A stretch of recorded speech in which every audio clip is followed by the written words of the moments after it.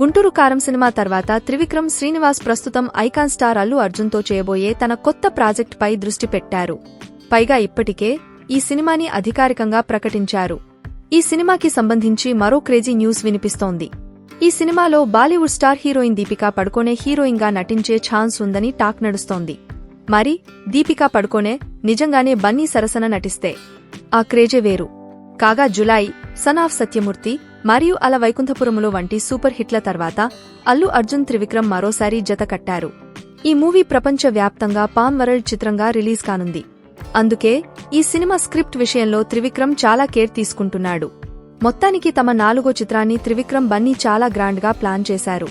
Harika Hasini creations మరియు Gita arts కలిసి ఈ భారీ బడ్జెట్ చిత్రాన్ని నిర్మించనున్నాయి. ఈ సినిమాకి సంగీత దర్శకుడు తమన్ సంగీతం అందించబోతున్నాడు.